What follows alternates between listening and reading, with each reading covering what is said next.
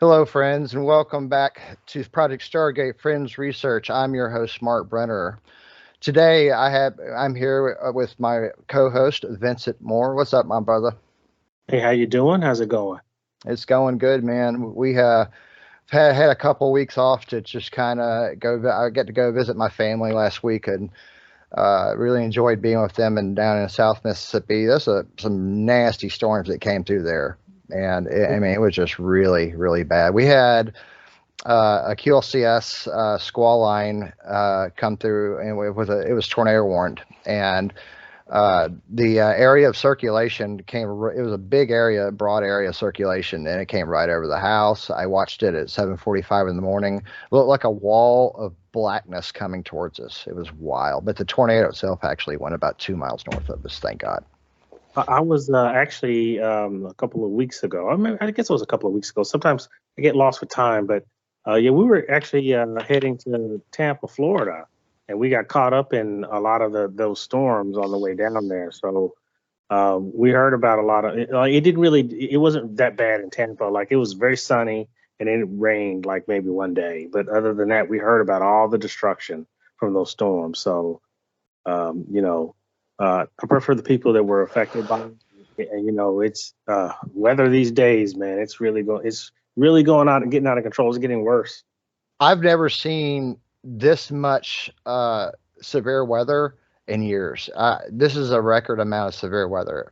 I mean, these QLCS squall lines were just coming through one every week with embedded and discrete supercells ahead of it. It was remarkable, just unreal, just one after another. But at any rate, what you been up to as far as your research? What you been up to?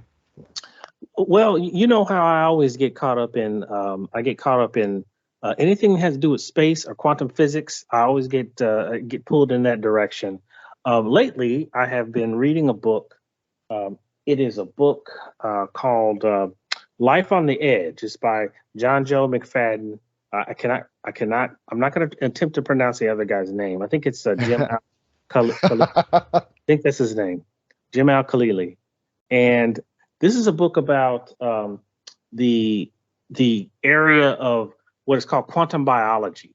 So I haven't really read through all through the book, but in a nutshell, uh, what quantum biology seems to be is that we whenever we're studying things, we don't really know how life begins, like where the spark of life begins, how it gets here, what brings it about. And so there's a theory that life, biology, begins on the quantum level. Like some of the really weird rules of the quantum mechanics may actually spark life. So it's been a really fascinating read. And I think one of these days, this will probably be something once I read it and I actually read more of the theory that we might actually, I might actually present something on the podcast. It's really fascinating stuff. Yeah. I actually think anything in quantum mechanics, once you understand it, once you can wrap your head around it, it's really fascinating stuff.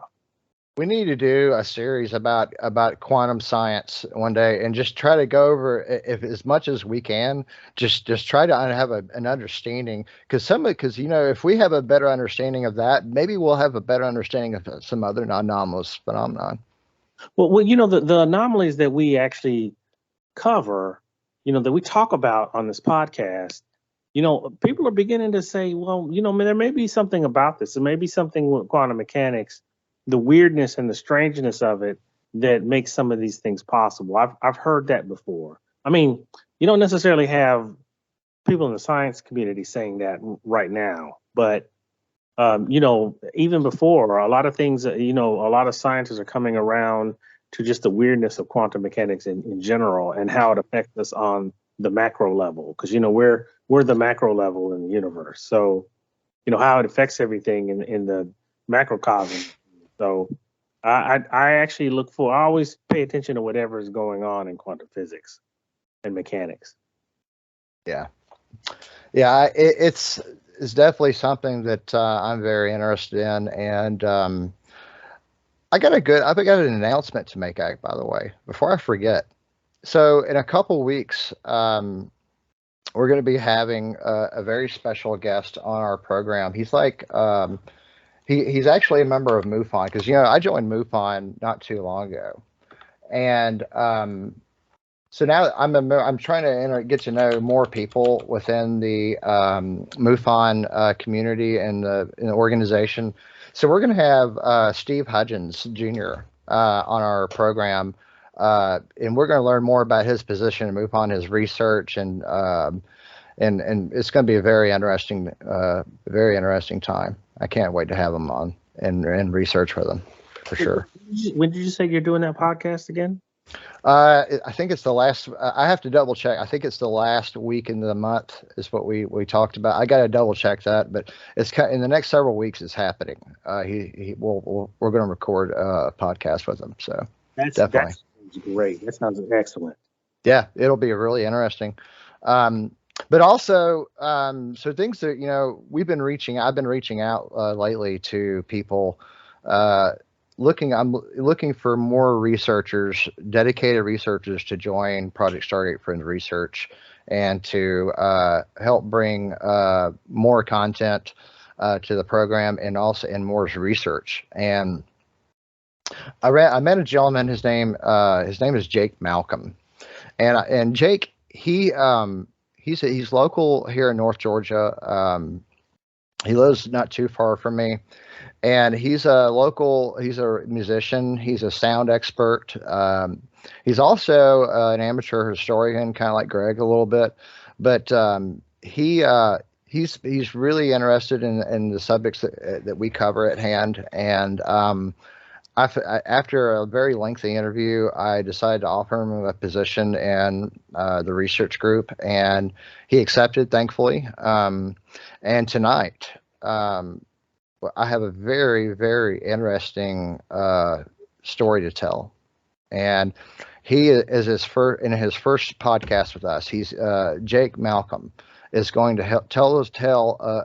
He's going to tell us all about the history of the infamous Dawson Forest, and Dawson Forest has a very unique history, and also I think I have very good reason to believe that Dawson Forest, places like even Lake Lanier, the city of Cumming, the cities of Dawsonville, Coal Mountain, Ball Ground, all these areas form a sort of a triangle. And I do believe that I thought for years, I've had this idea that what if there was some sort of triangular area or a portal area, as they call them now, where there's a lot of different anomalous phenomenon. And tonight, I think we're going to take a hard look at that. And also, we're going to learn more about the Dawson Forest. So tonight, we have the Coal Mountain Triangle with our new co-host, Jake Malcolm.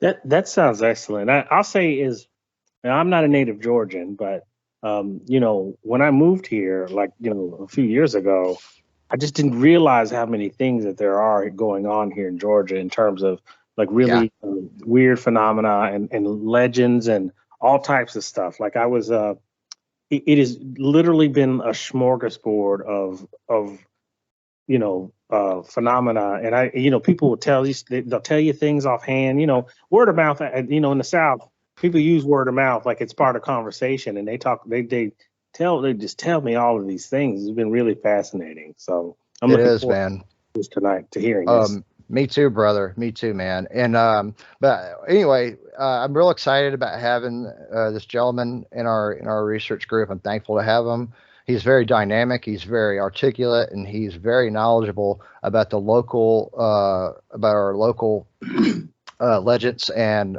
folklore and landmarks around here.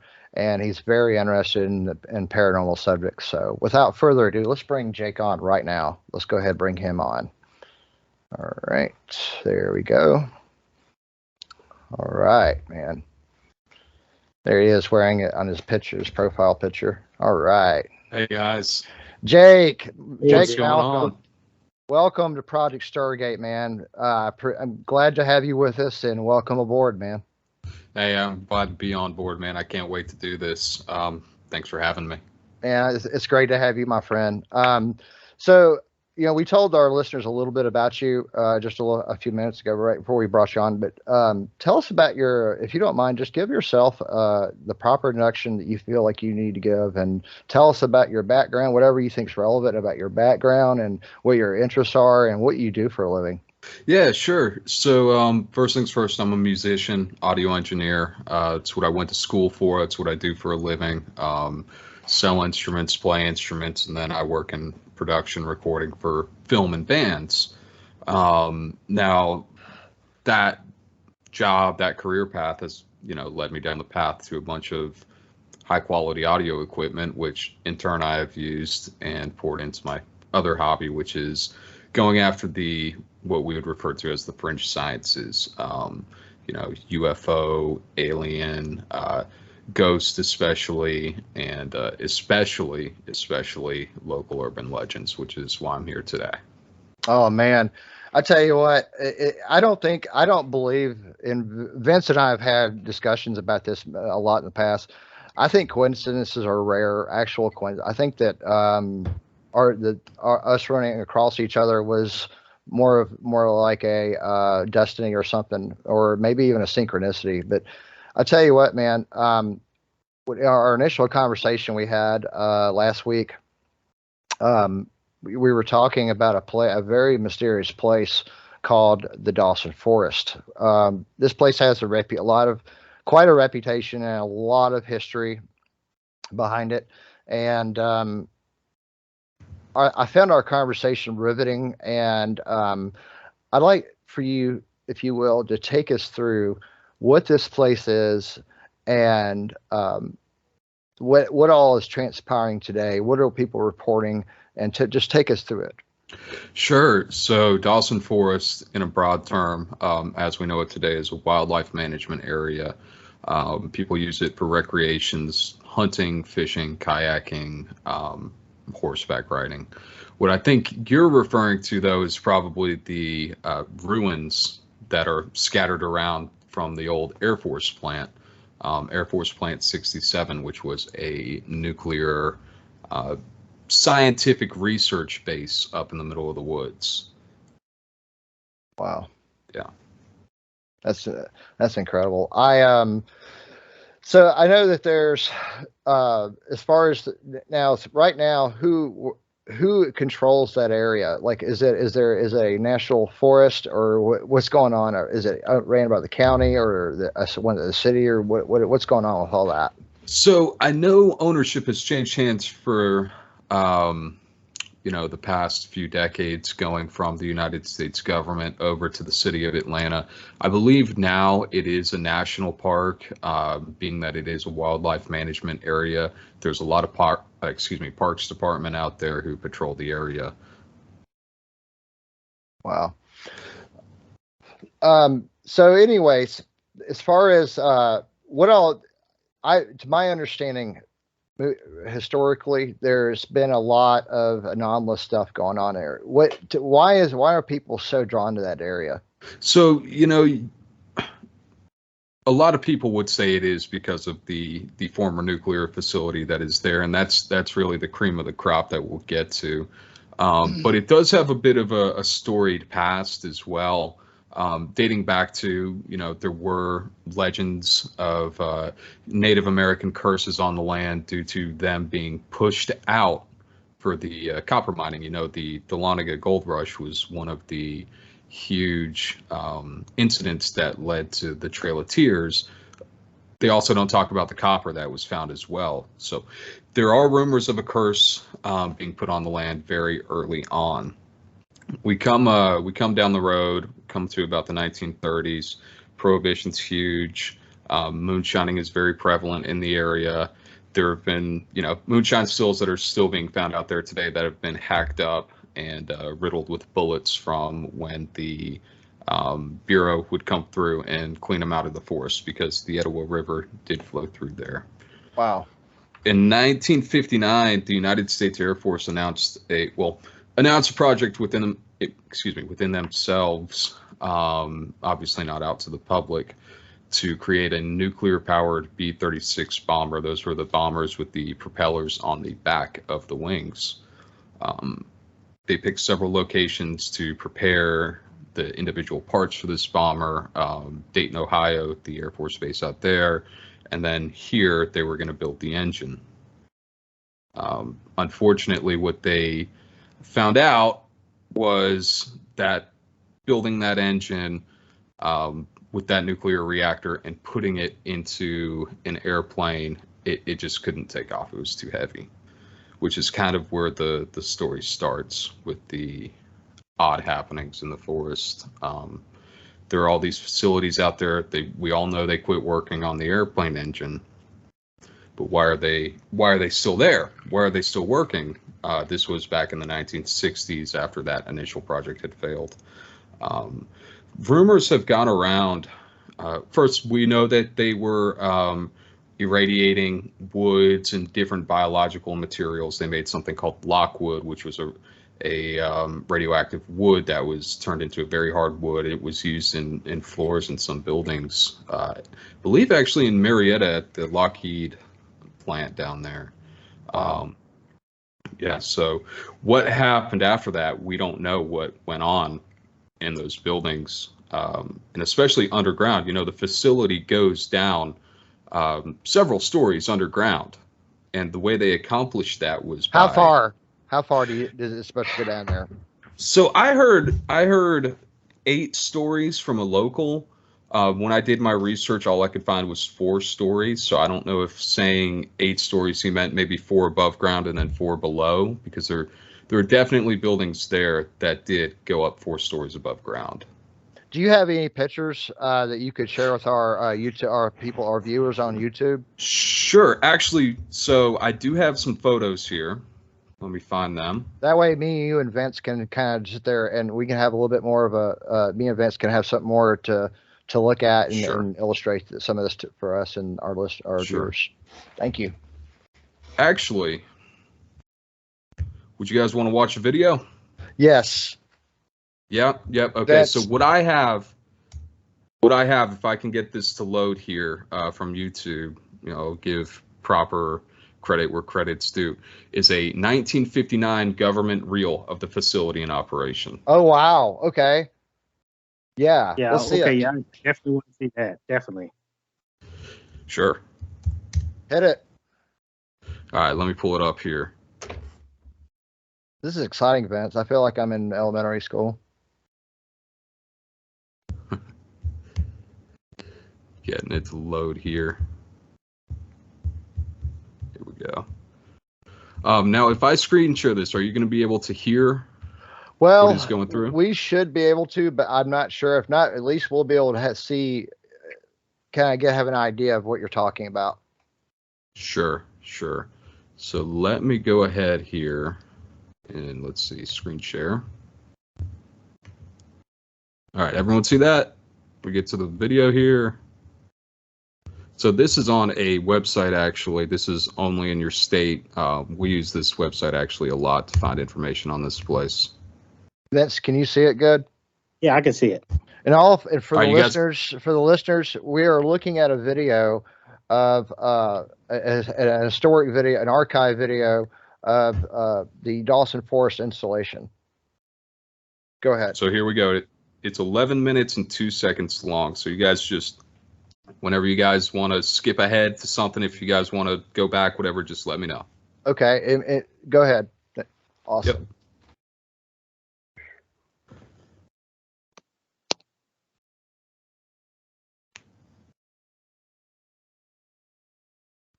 That classic 1950s government reel stock footage.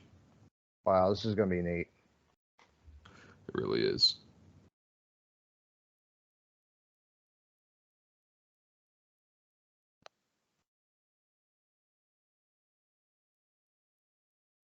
So that is still the road that you go into the forest on. I'm actually not seeing anything on my end. Are you seeing anything, Vince? Oh, You know what? Right now, I see a lot of colors. I don't see.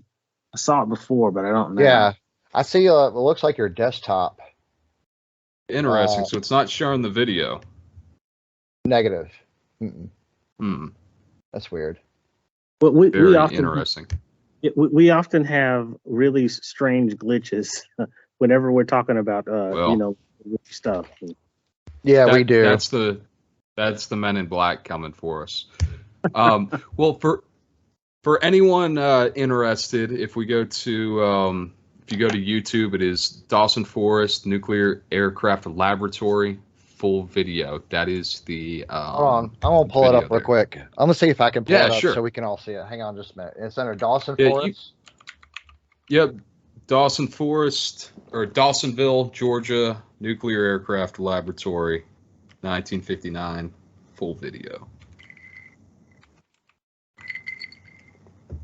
Okay, one moment. Let me see if I can pull this. I should be able to. I should be able to. Sure. Do this. All right, here we go. I think I found it. That is, it's the one that's 11 minutes and 2 seconds. Okay, let me find it. 11 minutes and 2 seconds. I found it. Hang on just a minute. Awesome. Actually, no, this is just a website.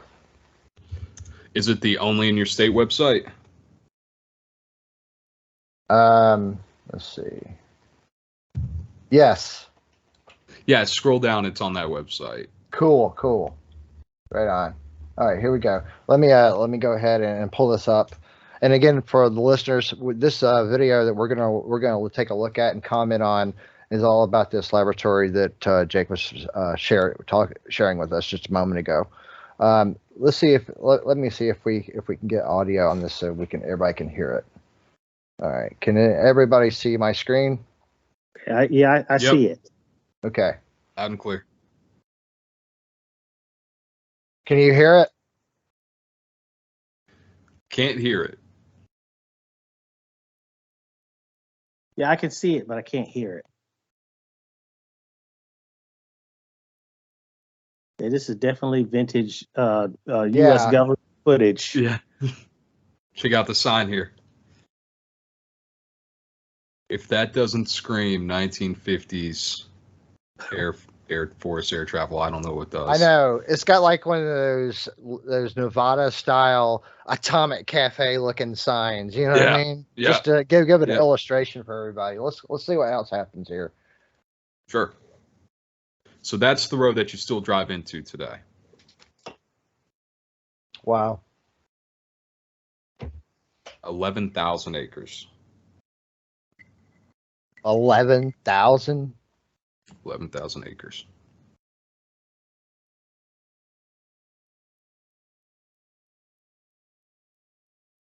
So if you stop the video right there, let's see.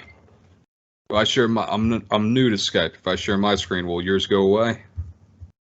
I don't know. Try it. Well, let's see here. Let me find the picture because I have a picture of that building, that square building that you see there on the left. Yes. Is right here. Yep. What is that building? So that, to my knowledge, was an elevator shaft to get to the underground portion of the facility. Oh. So, if you can see my screen here, can you guys see these buildings? No, all I see is your desktop. Really? All right, that's something I'm going to have to figure out then. Anyway, just about everything in that picture that you see is still there today, except for the what looks like metal sheeted side building or whatever you want to call it. That was later dismantled. Oh, okay. But the elevator shaft the housing for the elevator shaft is still there?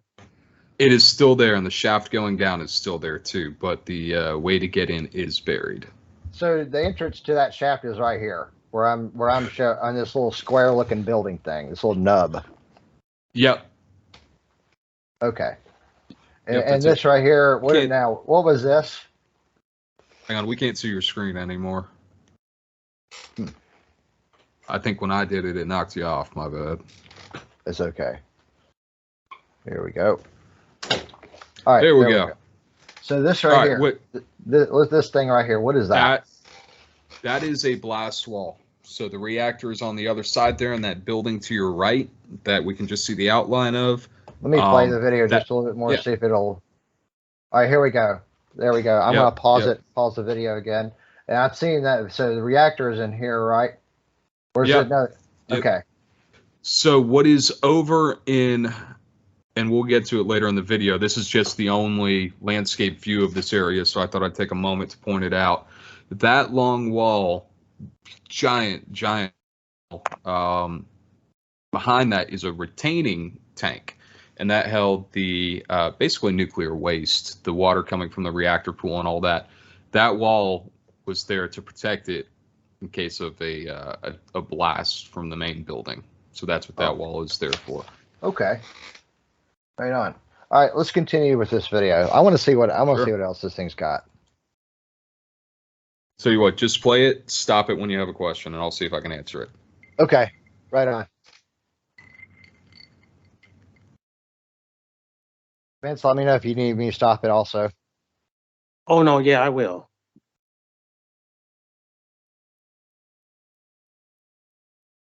So they were making you said they were making the part for this this plane, the bomber.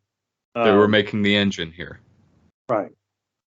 Yep. So the installation went down, in fact, possibly eight or more stories. Is that correct? Did I hear that correctly? 4 to 8 stories. 4 to 8 stories. And here's what they did. And the best way you could cover evidence of any project is exactly what they did. They built it next to a river, buried it underground, pumped all the water out. When the project was done, turned the pumps off, everything's gone. Holy smokes, man. Wow. Let's continue this video. Let's dissect this video. Go for it.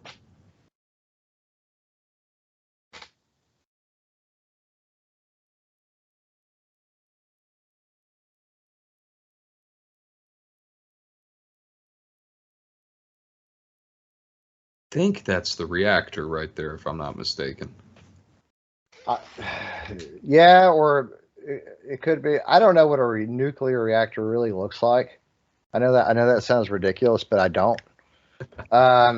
Yeah. I'm just going by memory of photographs that I've seen. Well, I'll defer to your good judgment, kind sir. Sure.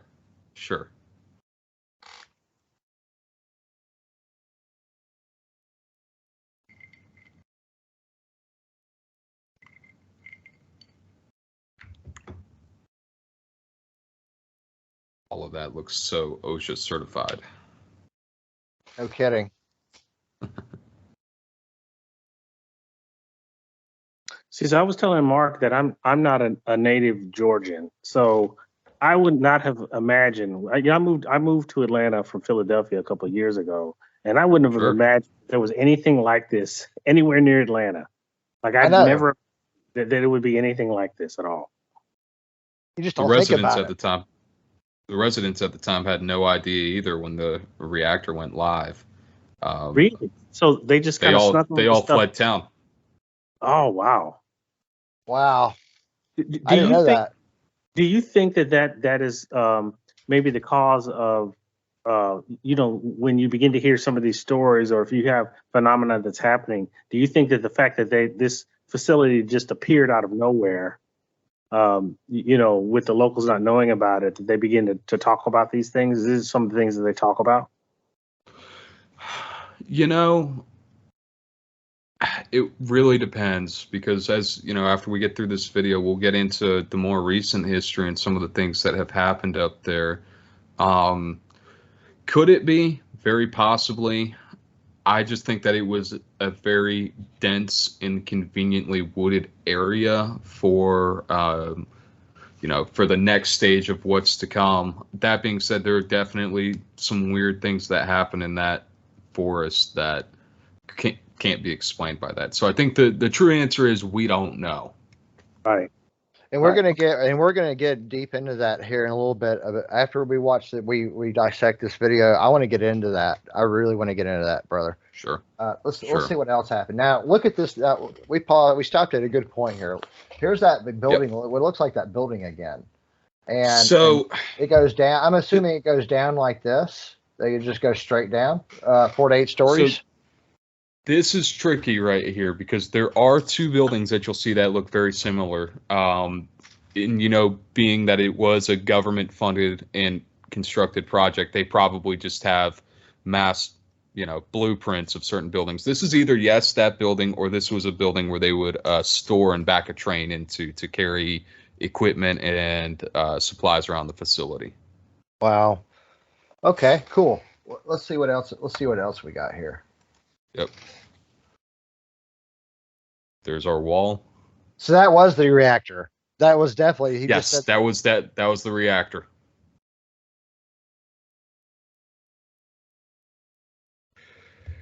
So, all your EPA fans are going to get really pissed off right now. Let's hear it.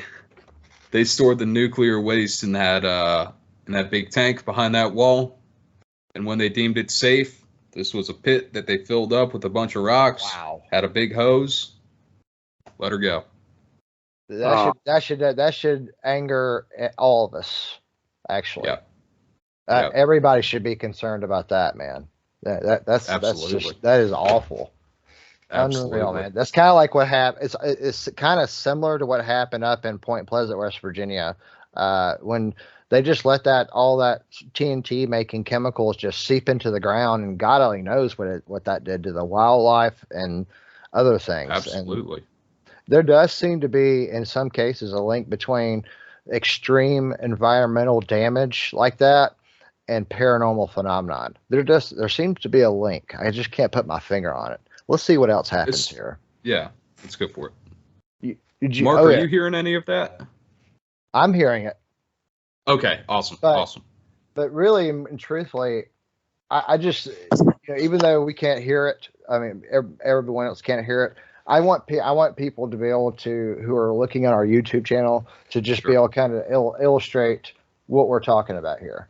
So here we go. I just want to just correct me if I get any of this wrong, because I'm going by memory of this video as well. Right on, man. Right on. Here we go. Sure. Go for it.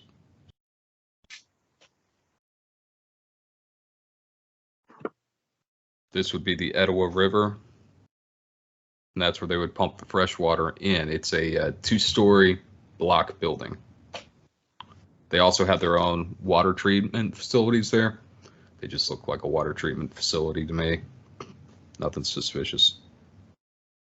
I bet you that's I bet you this is that building. Now what we're seeing here on the video is a long building with lots of bay doors. Big bay doors. I wonder if that's the building that you were talking about earlier, where they were housed the trains in. So this is actually the fire department. And yep. So this is the fire department that we were talking about. And we can see here that the way we were able to find this in the park is due to the slants or the ramps going into the foundation there. So we were able to find that foundation with those ramps in those positions. Okay. All right.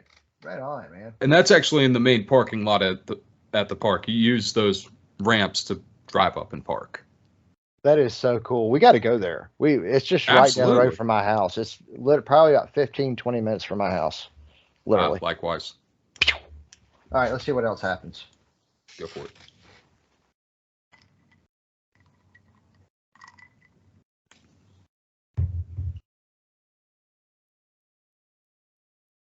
So that foundation, that warehouse foundation, is still there as well.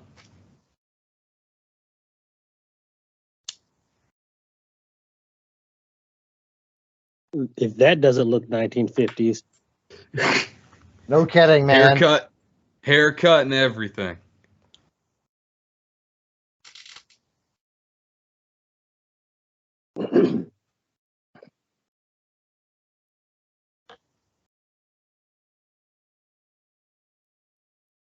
So just a administrative building that is across the street from where the fire department is, in the main park. Nothing more to say about it other than it's just a foundation now.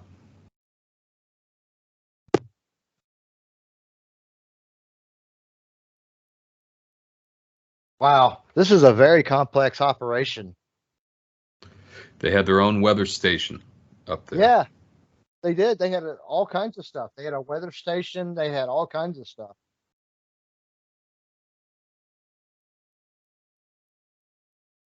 So how would I guess in a historical sense, if you have all of this stuff going on, all of these things being built, how does it go unnoticed? It's in the middle of nowhere. You know, if you think about Dawsonville and that general area back in those times, there was really not much of anything. It was just a big expanse of woods with a small city center and some people pot-marked in cabins in small houses here and there, farms, but that was it. If you needed a place where you could build a reactor on the East Coast without it going unnoticed, you know, surrounded by mountains, water right there, it was perfect. Right. Wow. Let's see what else happens here.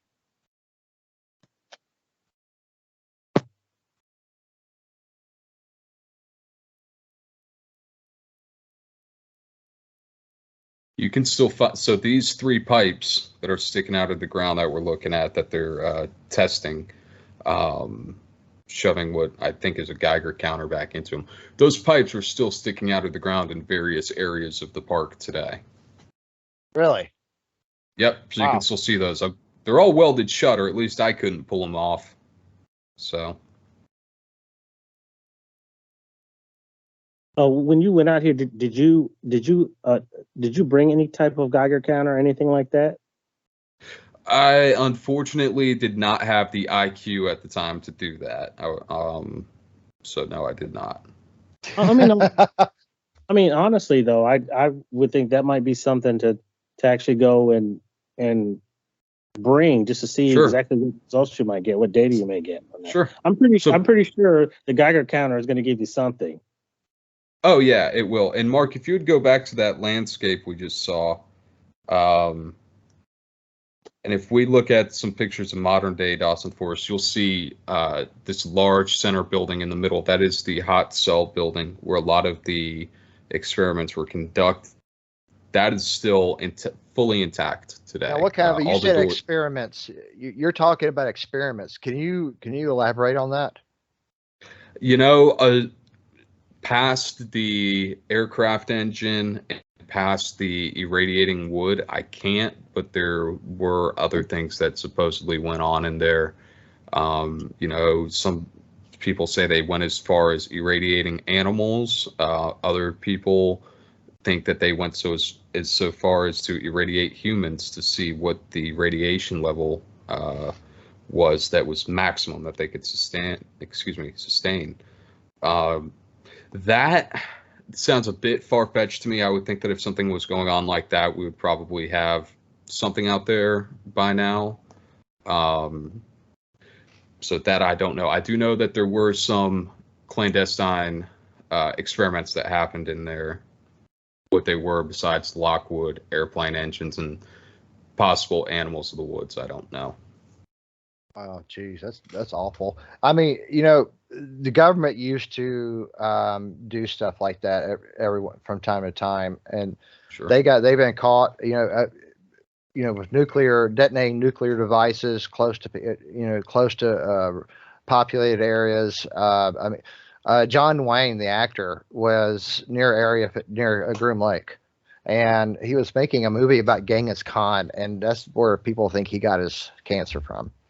Or partially. I'm sure. He was also a smoker. I mean, everybody knows that. But at any rate, not to get off topic, but I think I had heard a story about that. Actually, a large amount of the actors got cancer, didn't they? I think so. Sure. Yep. Sure, but that's a story for another time. That it is. Let's continue watching this video. Yep. High tech right there. That's going to be That's going to be the official uniform right there for Project Stargate. And when we investigate, we're going to all have uniforms. Yeah. And it's going to be those 1950s lab coats with the goggles. Yeah. Yeah. He's got his tongs on a spring there. He's ready. I know, man. He's decking it out.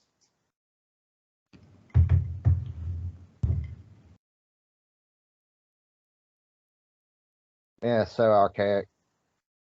It is. It really is. That's a hell of a way to weld right there, man. No kidding. It's got this robot welding. It's showing a video of a robot welding from the 50s. Well, actually, I don't think that's actually a robot. I think those are just poles that he can move and grab with. I don't think there's any electronics going on there. Could be.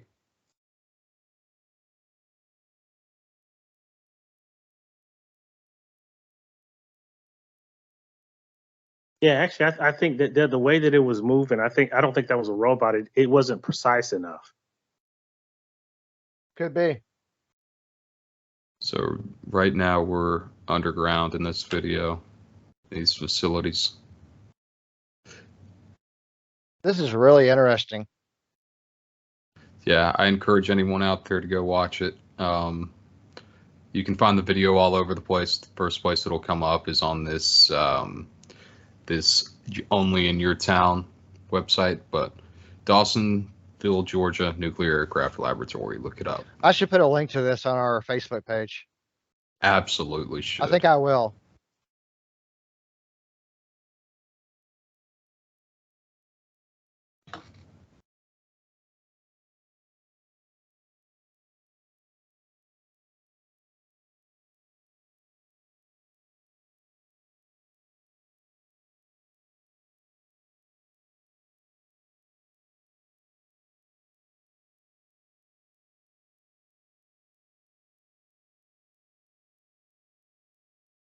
Wow. This is really Yep, old. here's our railroad. So not extremely large railroad, but still a railroad.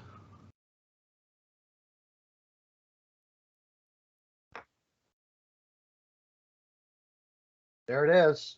There's There it is. That's the That's the rail building. Yep. The train building. Right there, right by the reactor.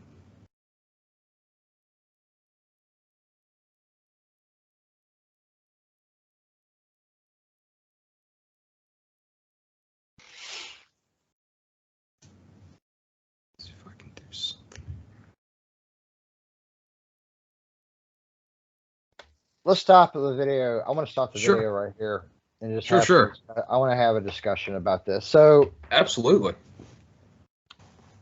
what happens after? When does this installation get shut down?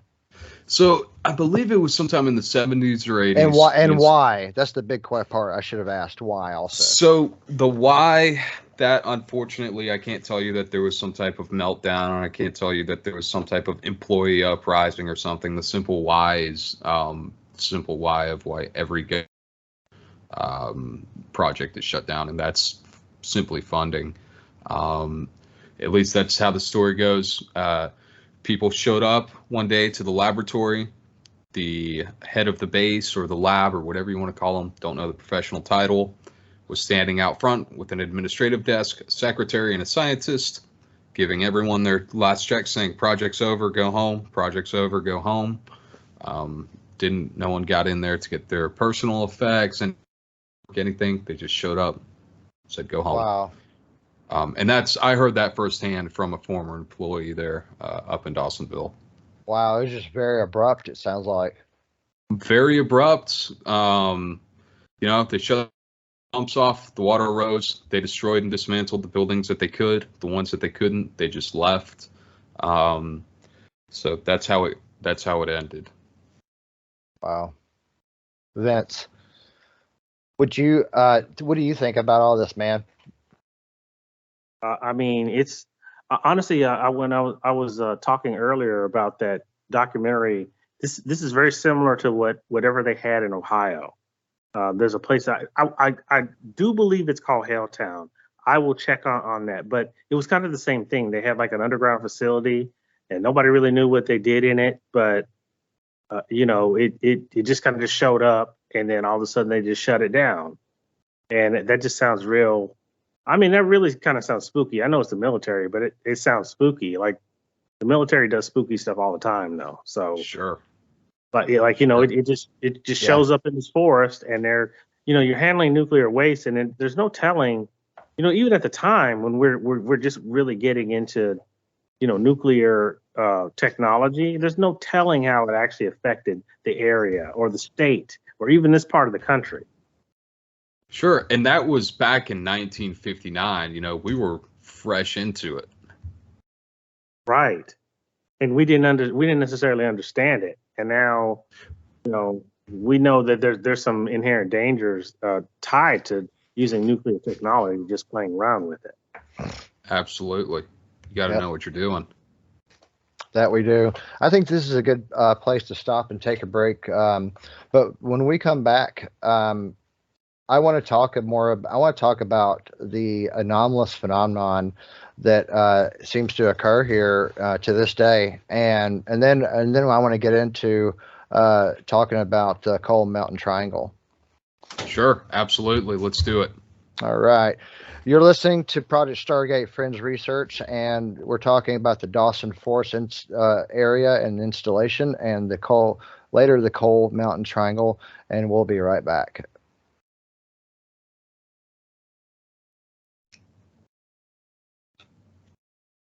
All right, and we're back. You're listening to Project Stargate Fringe Research. This is Mark Brenner with Jake Malcolm and Vincent Moore, and we are about to bring on the spooky woo here, talking about the Dawson Forest installation in the Dawson Forest area. Jake, there's a lot of high strangeness that occurs in this area. Let's bring on the spooky woo. I'm ready for it, man. Are you ready, Vince? Yeah, I'm ready for it. Let's do it, Jake. Hit it. All right. So I'm going to talk about first one of my favorite subjects when we talk about anything having to do with this type of paranormal factor or fringe research factor, and that would be the powers that be that are still around it, namely the men in black, if you will, that are in Dawson Forest, supposedly in Dawson Forest. From my experience, the man in black, as in the man in black, as in shut the heck up, don't talk about UFOs or weird stuff in general. Well, that's what we've dubbed them. We've dubbed them more of the tactical men in black, just from what they wear. Now, they could be something having to do with fish and wildlife, but when I tell the story here, you'll see that it's a fairly unusual agency, if it is an agency, just in the way they operate. We'll go back here. This is just made myself feel a little old there. We go back about a decade.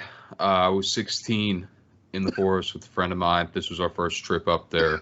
We drove across a bridge, stopped, thought river was nearby. We're going to get out. We're going to look for the main pump house building, which we saw in the video, the two-tiered block building. We get out. We begin hiking. Squelching day, 100 plus degrees, humid with whatever the heat index was. So anyway, we're hike several miles, come back to the truck, desolate, didn't find anything, dripping sweat, chugging water, the whole 9 yards. Sitting in the truck, we're not in there for more than 30 seconds. Doors haven't been closed for 30 seconds. We hear tick, tick, tick on the door and on the driver's side door. Wow. And my friend turns around, rolls the window down. There's a gentleman. He was in khaki cargo pants, hiking pants, black button-up tactical shirt buttoned all the way up, and a black tactical hat with the Velcro but no patch on it. Wow. He asked, "What are you boys doing out there? We all creeped out here?" Oh yeah. We were taken a bit aback just because we didn't see where he was coming from. We were on this stretch of road with nothing around us. Dead silent in the woods. What y'all been smoking there, boy? Oh, no kidding, right? Yeah, no, it was before all that. So, and the other thing which was odd is, we're looking at this guy and he's so close to us and he doesn't have a drop of sweat on him. He doesn't have a backpack, a canteen. He doesn't even have a water bottle out there in this heat. So either someone came up and dropped him off and he hid underneath the truck until we showed up, which his uniform was like perfect. I mean, no wrinkles, anything. Anyway, so he knocks on the window, and my friend, whose name's Chris, I'll give him a shout out here just because I want the world to know how this story went. What's up, Chris? What's up, Chris? So anyway, He says, "What are you boys doing out here?" I was going to tell him that we were looking for a spot to go hunting, fishing, etc. Chris decides to tell him the truth. We're looking for the nuclear facility. Yeah.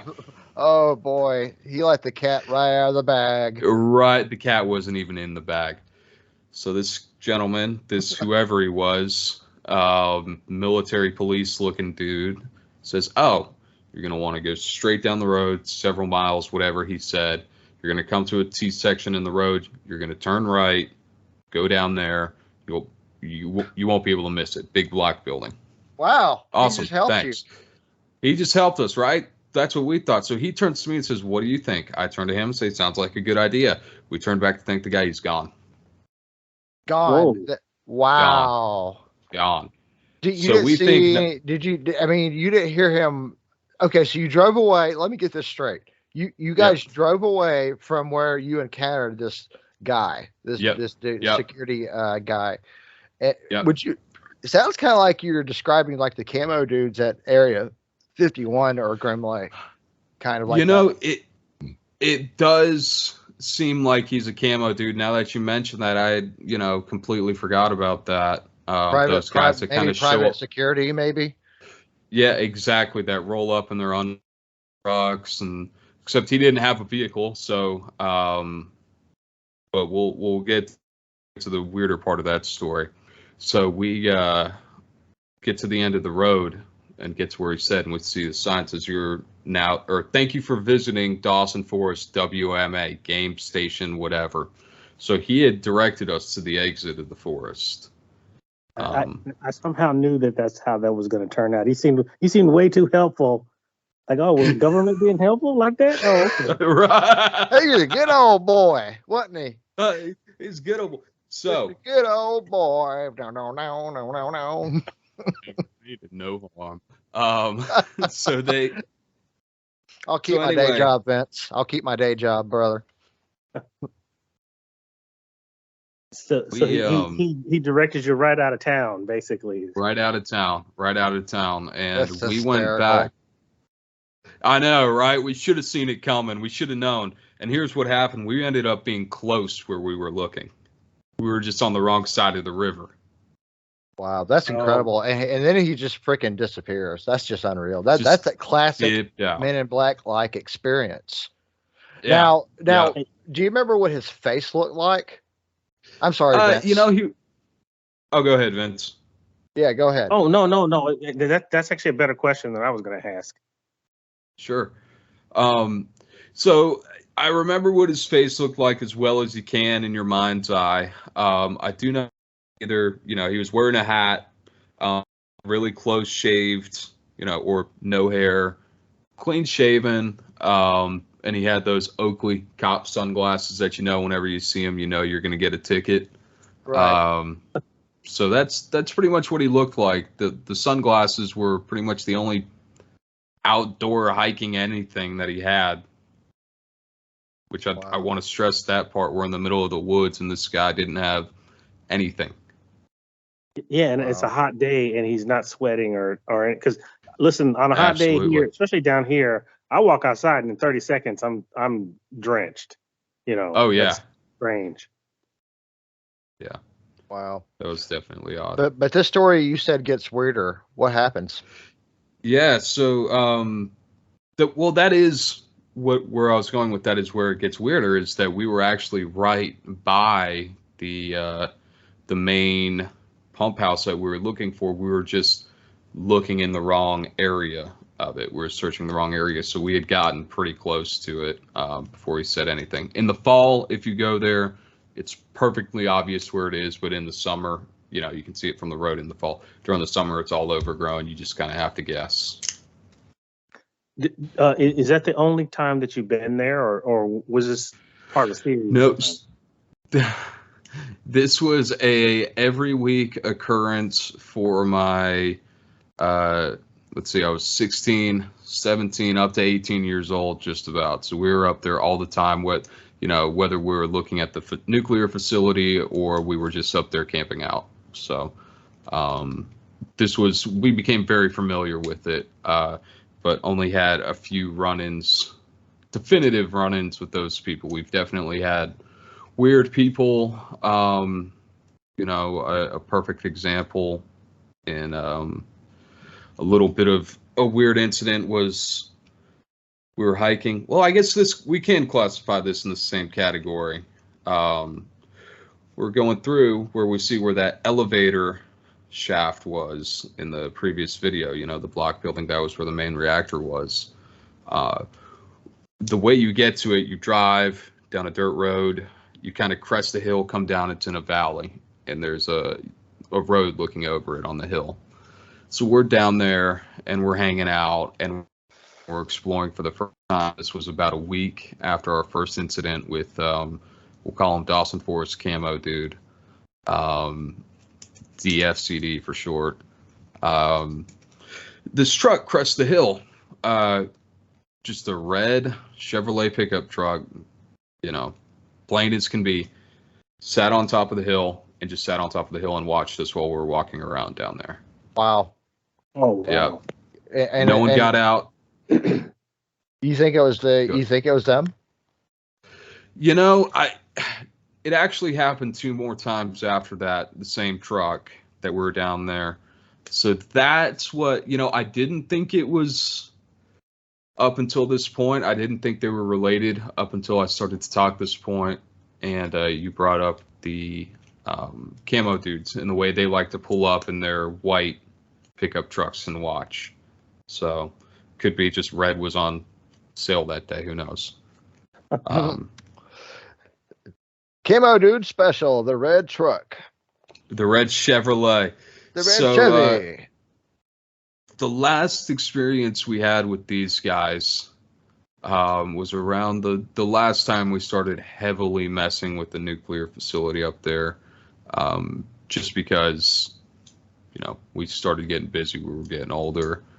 Everyone had full-time jobs. We still went up there to camp and, all that fun stuff, but we never spent 8 to 12-hour days up there like we used to. Anyway, hiking through the woods, we found on an Urban Explorer site the coordinates to the main tunnel entrance. Oh, wow. Followed it into the woods. They had actually marked it with a pink ribbon tied above a tree where it was. So that's how we found it. There was a piece of concrete sticking out of the ground. We started digging against the wall. Started digging, got a few feet down, giant boulder. A couple 100 pounds, maybe 200-300 pounds. Take it, roll the first one out. Dig another couple feet. Another boulder. Wow. This one another little bit bigger. Roll it out. A couple more. So we get 8 feet down. Throw out the third boulder. Dang. Sun's going down. We're digging. One of the guys takes a shovel, puts it up against the wall. Shovel slips under the wall, top of the door. I should say that this was a 2-day process for us to dig this up. Wow. So we say it's dark. We don't want to go when it's dark. We don't want to go in there when there could be coyotes or boar or whatever running around up there. So we say we're going to come back the next day. About 10 to 12 hours later, we come back. The whole thing is filled in. Boulders right back where they were. Everything was filled in. Someone was watching us the entire time. Oh, wow. You said that was 2 days of work that you did to dig it out. 2 days of work that they completely filled it in. All the boulders were back there because we thought, hey, at least, this will be a lot easier without the boulders. Each of the boulders took us a lot of time to get out. But we stuck the first shovel in and we were going to go again. We hit the boulder and we said, screw this. Wow. So yeah, someone was watching us the whole time. If you read some of the stories online, there are reports of people bumping into guys in military-style ghillie suits, hiding in the woods, off trails near those facilities. That could just be overzealous hunters, but I don't think they were the full military-style ghillie suits out there. What in the world are they hiding? What in God's name are they hiding? So they could be hiding, whatever documentation, equipment, etc., that was left behind there.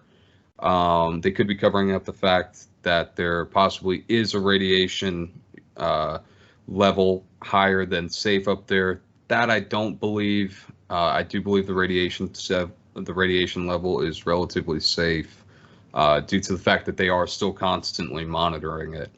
The other thing they could simply be doing is trying to keep people from going in there and hurting themselves. But if that were the case, it seems like that they would probably just,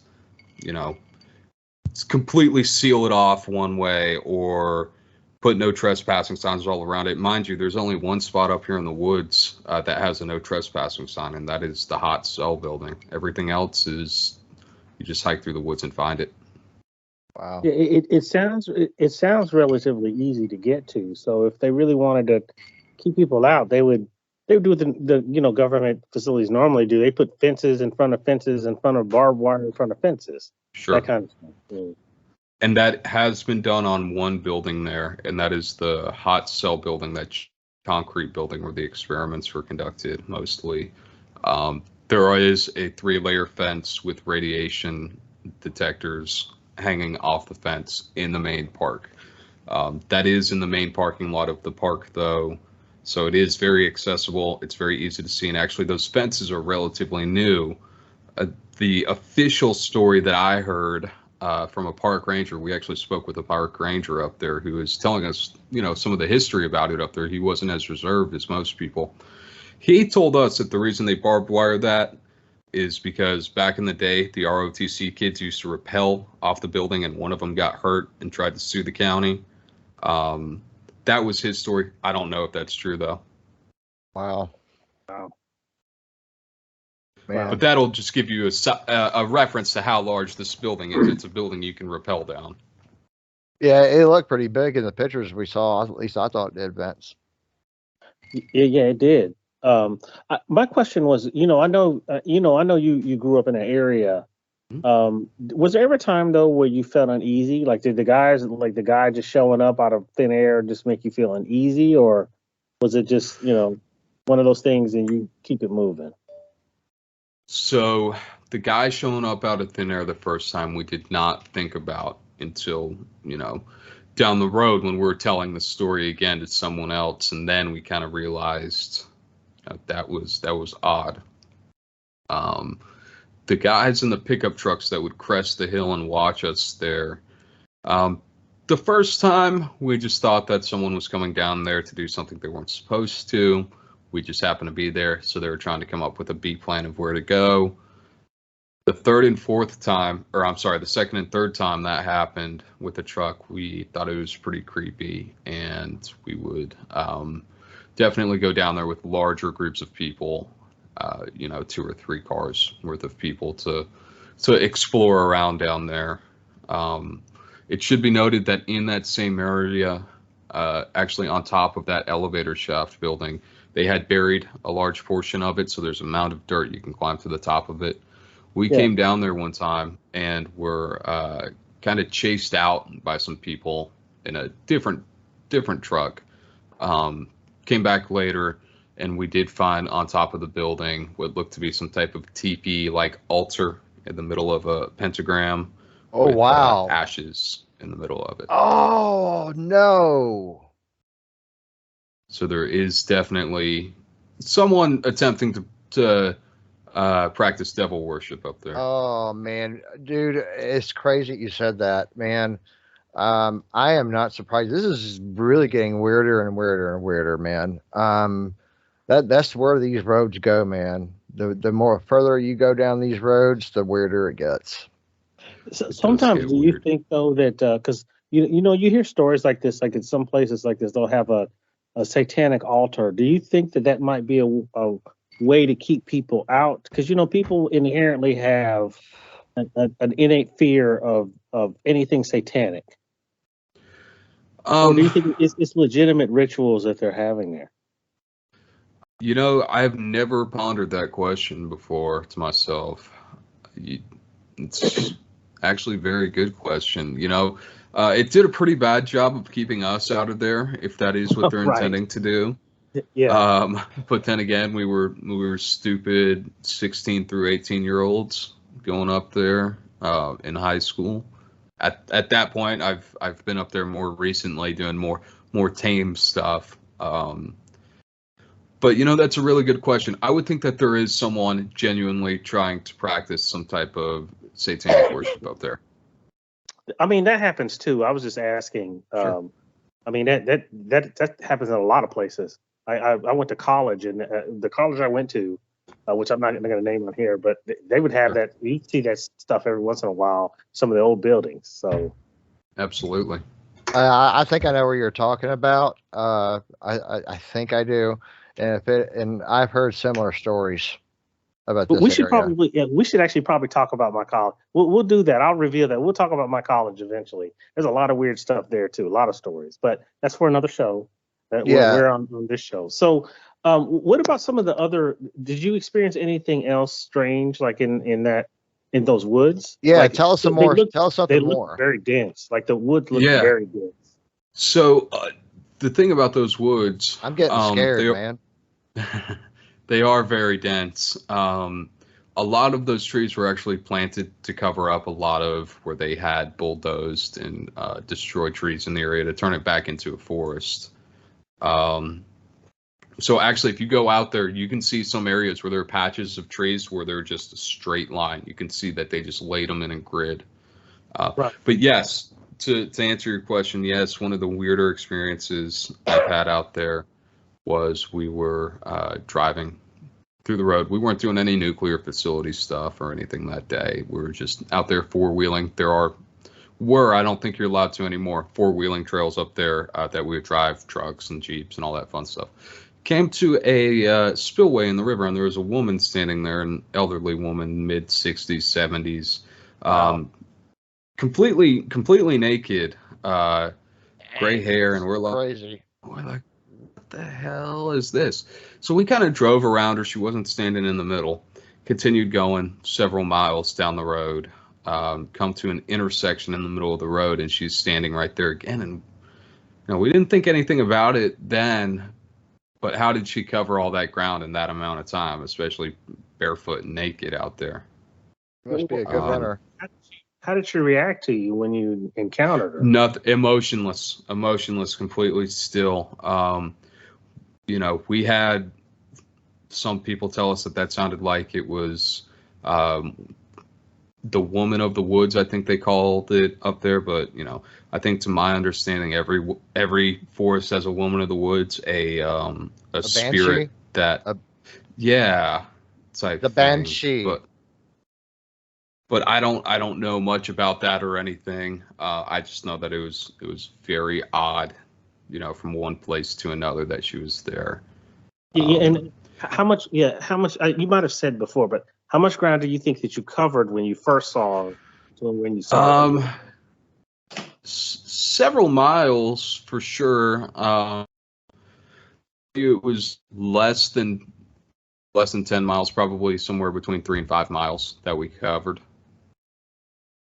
Well, I can't imagine that an old naked woman would cover that much ground that quickly. Well, unless there was just a group of nudist campers up there or something that we didn't know about. But it was definitely a very odd happenstance if it wasn't paranormal. And the thing about these stories is we never went into those woods alone, so all of these stories have multiple witnesses that you could ask about, and they'll tell you about the same story, when they feel like talking about it. I have a question, actually. Go for it. So I've heard over the years, of rumors of dogmen, Bigfoot, and even UFO sightings. Is there any truth to that, or are you familiar with anything like that? Dogman, I haven't heard of. I've heard of Bigfoot up there. In fact, we encountered some people who claim to be part of the BFRO up there. So I have heard of Sasquatch and Bigfoot sightings up there. UFO sightings, it is a dark forest. There is a history of radiation up there. And we have seen lights in the sky, strange lights in the sky kind of darting around. And not really moving with any type of direction. But, again, it's one of those things when it happens to you, when it happens to us, we don't think much of it at that time. UFOs, yes. Dogman, I mean, who knows what kind of coyotes are up there with that radiation. Yeah, man. That is some wild stuff, bro. Vince, you had some theories, man, about this stuff. Can you tell us about what you've come up with? Well, most of the time, whenever I'm reading about this or somebody talks about it, a lot of the strange things happen when you have things that provide some type of energy. So anything nuclear, if you have anything that has nuclear technology or any nuclear waste, it's going to give off some type of energy. Now, granted, there's been weird stories. I guess there's been weird stories before that, but I think that some of these things get exacerbated whenever you have some type of something that gives off steady energy. And so that's what I was asking before, if you ever went up there with a Geiger counter, because then you're not, there's no telling how much radiation these things give off. Like you have said that it probably isn't lethal, but if that place was there for a while, it probably gave off enough radiation to where it might either attract things or manifest things or whatever it has to do in order for these weird things to happen. That's what I thought. That's what I think happened in Point Pleasant, in the TNT area. Yeah. I mean, I think that Absolutely. type of probably in places around the world where you just have some type of energy source and these weird things happen. But then again, it's also strange that they would even put a nuclear facility in the middle of nowhere. Well, not strange, because you said there's a lot of woods out there and nobody's there. But that's still we just plop this in the middle of Georgia and we're good to go. We're going to just do whatever we do. So I think that's kind of weird. But that was generally my theory. Yeah. So the location is the middle of nowhere, but it's the closest middle of nowhere to Lockheed Martin and Marietta. So I think that played a role in where they were putting the actual location. As for the energy, that area has already had a storied past. Like I said, given the tribes that were forced out of that area, people warring over mining rights and such. Then that facility moves in. And something I forgot to mention was in the 90s into I think 2010 was probably the last confirmed. There were 2008 or 2010. There were several murders that had taken place up there in the woods, or at least the bodies of victims found up there. Levi Frady being, I believe, the first one, and the most prevalent one. And then a few other cases of hikers that had gone missing and bodies found up there as well. So there's definitely some dark energy attracted around there. As I'll get into later, with all that being said, gentlemen, I theorize that this is a part, even a small part of a much bigger phenomenon and something that's going on in North Georgia. But continue. Yeah, so it's just a hotbed of activity. It attracts every type of anything you can imagine. And it is, when you get up there and you're there in the middle of the night. I've been out in the middle of the night in a lot of places, right? I'm a late owl in a lot of middle of nowheres, but in the middle of nowhere, it always feels like someone or something is watching you or right behind you.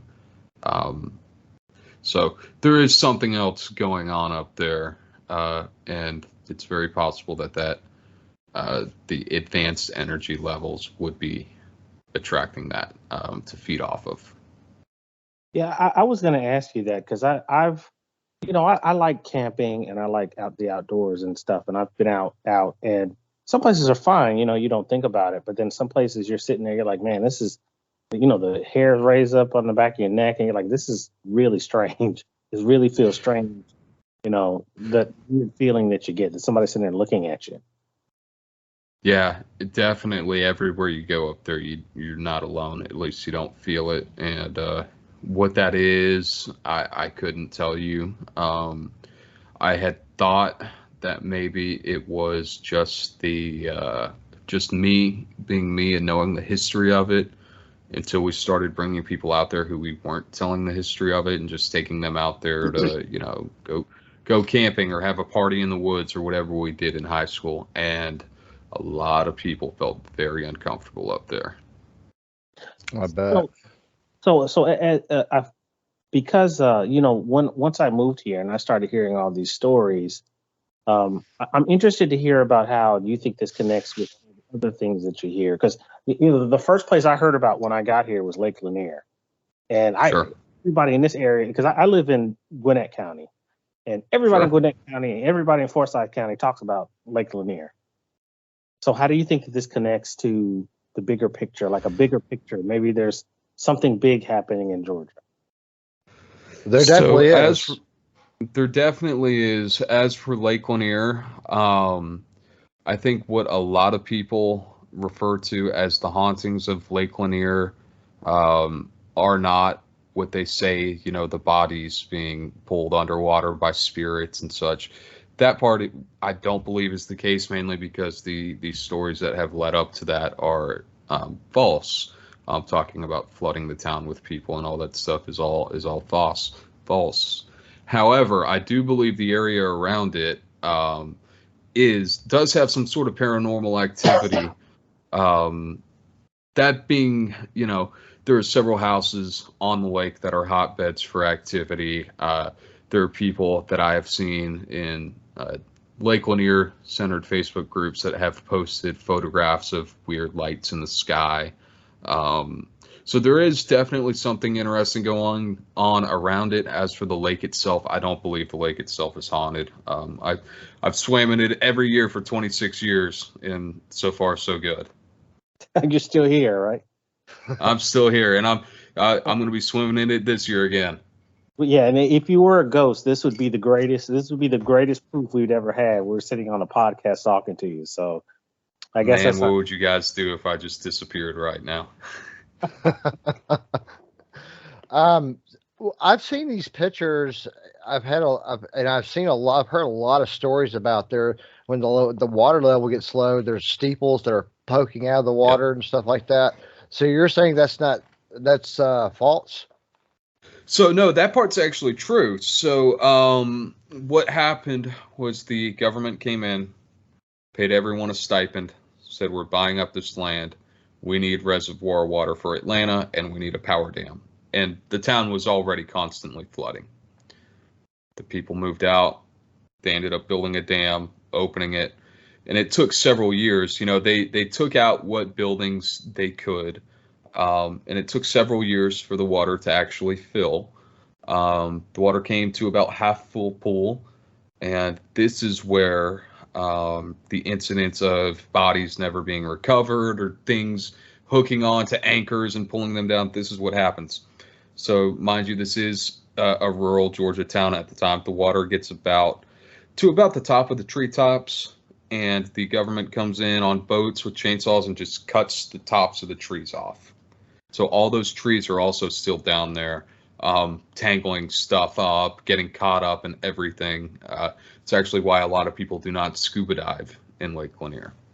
So that is the process of how the lake was made. The people actually, to my understanding, who were paid to leave, but the water never reached their houses, got their homes back, and actually made off pretty well because then they had lakefront property that they were able to sell.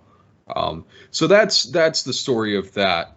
Now, again, it is a lake that have a story passed around it in the different counties, as well as anytime you get a large body of water, especially one that's generating electricity through a large dam, you're going to be getting some type of paranormal phenomena. A lot of times, that's what it seems. Geographical, it seems that stuff like that, near bodies of water. Even David Pilates talks about that in his Can-Am Missing 411. A lot. It always those who go missing under that missing 411 criteria. It usually happens around bodies of water, and it's a lot of times granite, which is weird. So I mean, there's weird a lot of this high strength just seems to kind of there seems to be geographical or geological rather features to this, and I find it fascinating.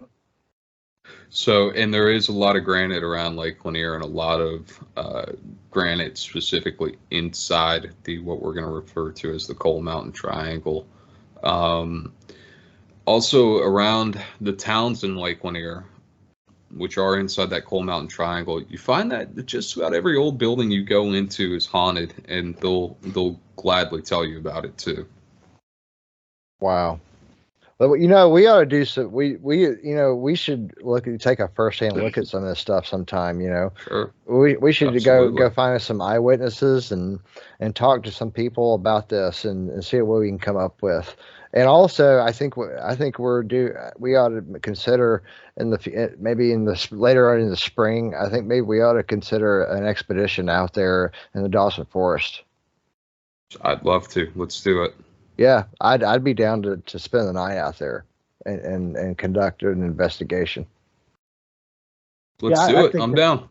I think that's a good idea. Now, I mean, neither one of you can be materializing out of nowhere in front of me. So, but I would be really interested to go and check that out.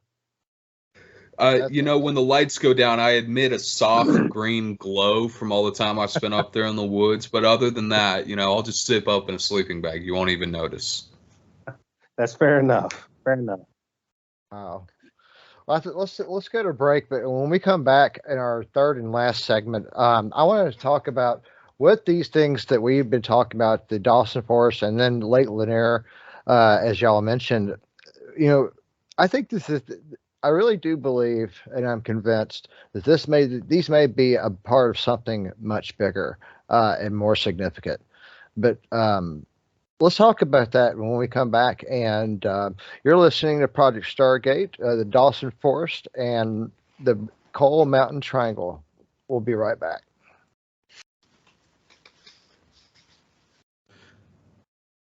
All right, Mark, Vince. We talked about Dawson Forest and a lot of the creepier stuff that happened up there. But we did, have a sense of humor while we were doing it. We came home from the forest after our first trip. Our dads had known we gone up there, my close friend and I, and so he went home, and his dad had taken this glow in the dark powder substance chalk something, sprinkled it around his room to make it look like that he had brought radiation into the house from the forest. And if that doesn't go down as one of the greatest pranks in all the time, I don't know what will. That is a classic prank. That is funny, man. It's great. So back now that we're back from our break, I want to talk about what all this may entail. This may all the stuff we talked about and more may be a part of something much bigger. Several years ago, I got this idea because I used to live in Ball Ground. I lived in Cumming. I've lived in Forsyth County and Pickens County, and I've lived in other counties as well. But I've lived in all these counties around here, and I've noticed that certain areas around here have a lot of anomalous phenomenon that happens. It's these certain areas, and what I've discovered is remarkable. Gentlemen, I want to show you something real quick, and for those of you listening, I'm going to describe this in as much detail as I can. Those of you who are watching on our YouTube channel, don't forget to like and subscribe, please.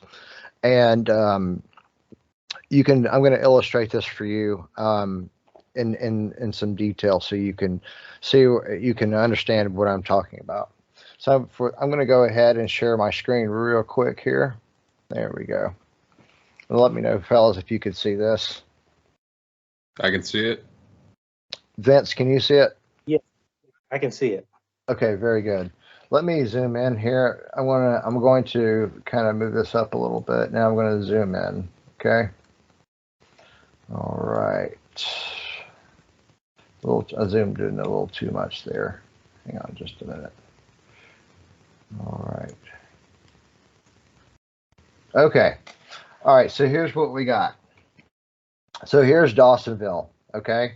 Here's Lake Lanier right here. Okay. Lake Lanier goes all the way through this area. So we have Dawsonville. We have Coal Mountain. Okay. We have Cumming, the city of Cumming. And then we can go this way. Now we're connecting we're connecting what looks like a triangle here. We're going through, it goes through Ball Ground. This is where I used to live right here in this area. Okay.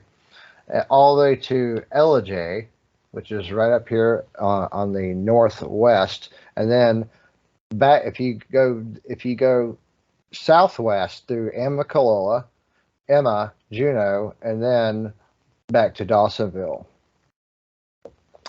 Gentlemen, I give you the Coal Mountain Triangle. And the reason why I have coined that term is because in and around these areas, we have all these areas that have a lot of anomalous phenomena. In Ball Ground, in this area that I lived in, that area has, for decades, I've heard a lot of stories about satanic cults operating in and out of there. And I know for a fact that there's a lot of haunted locations in this area. But this at Dawsonville, we have the Dawson Forest, we have Lake Lanier here, we got Coal Mountain, and we got Ellijay up here at the top on the north side. This area here has a lot of UFO sightings. I've seen pictures from eyewitnesses of UFO sightings. I want to hear both your thoughts, and I want to start with you, Vince. I think so. I don't really know. I've never really heard of Ellijay. This is the first time I've ever heard of this town, but I have heard of some of the other places here, and I've heard stories about some of the other places in this area. And I think it's plausible given the history of this area. We have a large body of water with granite. And then also along with that history, we've had a lot of, tragic things that happen here and things like that. So that actually sounds very plausible. I'd like to hear more about this. Like, how did you figure out that this could be happening? Like, this is what's happening here. Where did you come up with this theory? So from you can go, one thing, MUFON, you can look at UFO reports. Right. There are UFO reports in and out of MUFON. I know I've personally met several eyewitnesses to a lot of phenomenon that's happened in all these areas. And that's why I came up with this hypothesis that there may be a triangle area, because we do seem to be along a ley line as well, apparently, that goes to the northeast, I believe, towards North Carolina. Oh, wow. Yeah, so that's actually really intriguing. Yeah, that's intriguing. And just look at the map. I put it all together. I was like, wow. The other day, I was like, wow, I may have been right. I believe I am right. And this map here illustrates this. Dawsonville through all the way through Silver City, Coal Mountain, Cumming, and then extending from there. It extends through Ball Ground northwest through to Ellijay in that area, this whole area right here, and then it shoots back towards Dawsonville. And in and around this area, there's a lot of high strangeness and anomalous phenomenon that occurs. Jake. Yes, sir. So most of my experience comes out of Cumming, Forsyth County area. That is where I grew up. And it seemed like about everywhere you would go in that town, there was something haunted. Two examples being actually what was, I forget the name. I think it was Lanier Elementary or Cumming Elementary, something. The old school building, which is now the Playhouse in the middle of town, is actually an extremely haunted venue, as well as the restaurant downstairs. Staff has said, glasses thrown across the bar, feeling like they're being chased up the stairs, all sorts of cold spots, apparitions. Up in the Playhouse area, I spoke with a gentleman there, a curator to the Historical Society. He had 2 incidents himself, and one that he gave to me secondhand. His first incident being that he was closing up one night and was walking down the hallway and heard something rattle from behind him and start really rattling. And he turned around and he saw the old, the old coil heaters from the old buildings that are bolted into the walls. Yes. He said one of those was shaking violently back and forth. Wow. Apparently this one was not. I don't know if it wasn't bolted in or what the case was, but it ended up falling forward, ripping a piece of the wall out. Or did it? Actually, no, I don't believe it ripped a piece of the wall out. I believe it ripped a chunk of the machine off. Wow. Another incident, he said he was closing one night, going into the restrooms. He was the only one in the building, went into the restroom, closed the stall door. Apparently footsteps came in and he saw footsteps under the stall door and he thought, this is weird. The only one's supposed to be in here. He gets up, looks around, there was no one else in there. Wow. His third account that he told me came from someone who worked in the restaurant, where the main playhouse is now. Apparently was a gymnasium. They were downstairs prep cooking or doing something and heard what sounded like shuffling feet in a basketball being bounced upstairs. Wow. The cemetery over there by the new jail in downtown Cumming? Yep. I wish Greg was here, man. I miss Greg, man. Me and him we went out there one night, just kind of looked around. It was past midnight. Sure. And we had a lot of experiences. We had some experiences out there, caught some evidence too. I'm trying to find those pictures on a hard drive, an old hard drive I have, because we caught some very interesting. We caught some faces, what looked like some apparitional faces of some kind, green balls of energy. I mean, it was really interesting. Interesting place. I know the cemetery you're talking about. Actually, during 4th of July, my family would go sit on the old parking deck that would overlook that cemetery, and the kids would all, go in the cemetery during, the night to freak each other out. But it always had an eerie feeling, a creepy feeling around it. So I would definitely believe that if you had the pictures. Even if you didn't, I believe it.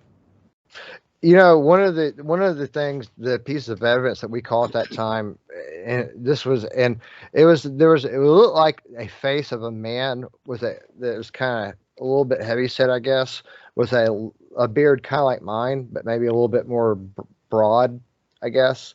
And that matches a description of an apparition that's been seen in the past that I found out, of a man carrying a Bible or a book or something walking through the cemetery. So I've actually heard that story growing up. Oh, really? Wow. Okay. I did. I heard that story growing up. Again, that was a town from 0 to 24. No, I'm sorry. 0 to 18. I lived in that town. So I grew up there. My family still lives in the house I grew up in, so they're still around there. So I'm very familiar with a lot of the urban legends around there. When I was working at one of the mega retailers one night. A woman came in, and I worked in an electronics department area, and we had a photo laboratory and everything back there. This woman comes up to the counter, and she's like, I need help getting these pictures developed. I said, okay. And I took her camera and took the card out, put them in there, and I uploaded them. And I started going through the pictures and everything. And I came across a picture she took with her cell phone. And it was a really bright blue light gleaming through the trees. And I didn't see any street lights or anything else around it. There's no, it was just trees. There weren't any power lines or any Sure. or anything like that going through the picture. So And I'm saying, okay, so what is this right here? She goes, oh, that's a UFO that followed me through LJ.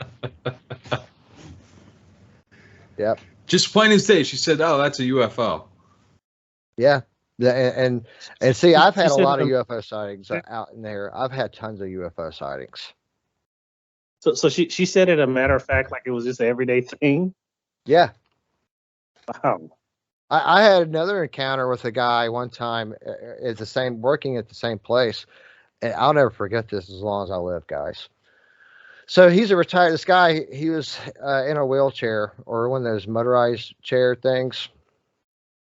And I was helping him in the photo lab again, same kiosk actually. And it must be that special kiosk or something, you know.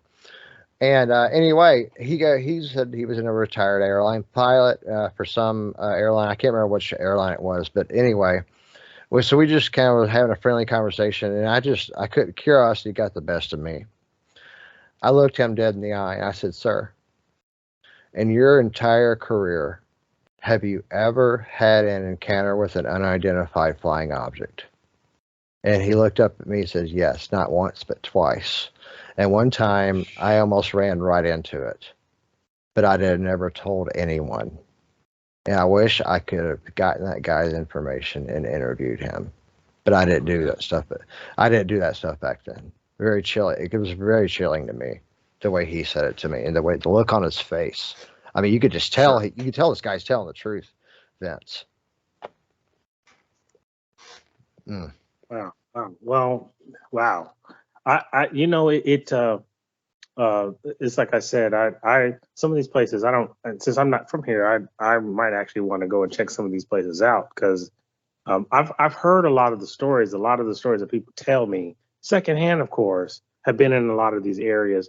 Not quite up north. I didn't know about the other places, but I'd heard about Dawsonville before. I didn't know where it was before, or Lake Lanier. All these places you hear about this stuff. So sounds pretty fascinating. I'd like to go investigate some of these places myself. Yeah, me too, man.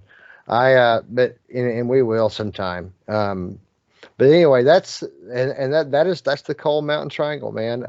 That's why I've had this feeling in my gut for years that there was something about this area because I kept over the last several years, especially I've been putting these pieces of the puzzle together, and it just dawned on me. It was like, wow, there it is. I'm looking at this map of the area of North Georgia, and it was right there staring me in the face.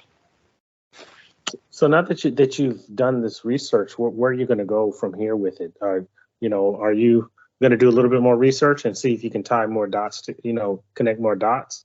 Yeah, and the more help, the better.